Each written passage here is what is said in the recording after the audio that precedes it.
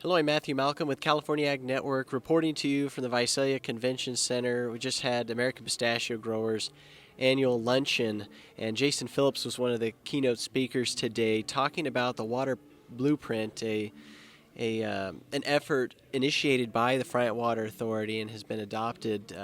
It's a collaborated effort now to resolve some of the water issues that we have here, not only the valley but the whole state of California. So wanted to talk with you about that. How are we going to resolve this water issue that just continues to be a problem? We had so much water that came in with rain and snowpack this year, but it just kind of went right into the ocean, right? So Tell us about it. Well, the water blueprint for the San Joaquin Valley starts kind of on more of a depressing note and then ends with a more hopeful note. The depressing note is we have a problem to solve that is probably the most difficult one for the valley in 100 years, and that is the amount of overdraft, the amount of groundwater that is pumped to support our farms in the valley that is more than what is naturally recharged. And since 1920s, it's been about 150 million acre feet of total overdraft. That is an amount that would take all of the deliveries from Millerton Lake 150 years to fill up. And why that is significant is that the new groundwater management law in the state of California requires that there be no more overdraft on into the future, and that plans to stop overdraft need to be developed and submitted by really next January 2020.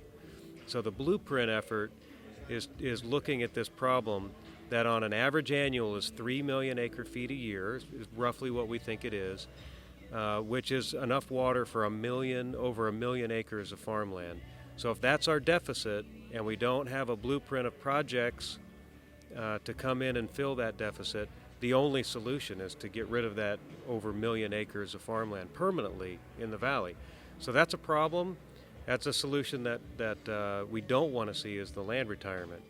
So the blueprint is we had one set of projects, and it might in itself include some amount of land retirement, I think is inevitable, but we'd like to do that with our eyes wide open and in partnership with the governor. And that's an important point to highlight, is that we really must come to grips with the fact that we need to have a partnership with the governor, all of the valley interests, partner with the governor in terms of the project that we will move forward with, and limit the amount of land retirement to solve this problem of groundwater overdraft. And the hope that we see is this governor has actually paid a lot more attention to the valley than maybe we anticipated after the elections next year. Over a half dozen times been out here. I've met with them. Our board and growers have met with him several times, and he is very interested in solutions for the valley and our long-term sustainability. So our goal for the water blueprint is that by the end of this year there will be an agreement and a commitment that the governor will adopt as part of his water plan for the state that will be the blueprint for the valley, and will be a commitment to bring in new surface water to minimize the amount of land that has to be retired. Right, because retiring that much amount that they're proposing is impossible. I feel like that would cause a little war in the Central Valley.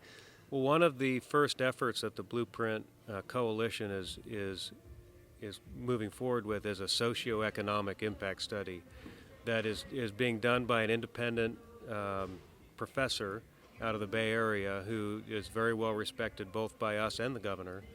And the point of that socioeconomic study is to show what would happen to the economy of the valley, to the communities that depend on agriculture with that amount of land coming out of production.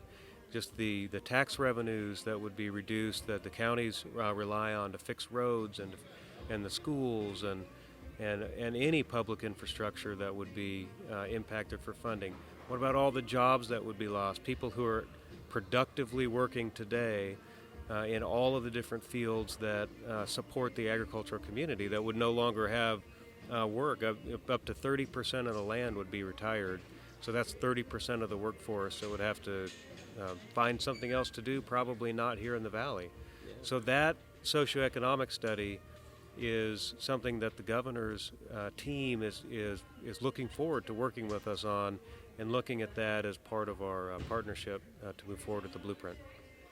Well, thank you for all your efforts with the Friant Water Authority and in collaboration with other organizations and working with this new administration. We appreciate that. It's so critical, and read more about these efforts in our publications: American Vineyard, Pacific Nut Producer, California Fresh Fruit, Vegetables West, California Dairy Magazines. I'm Matthew Malcolm, CaliforniaAgNet.com.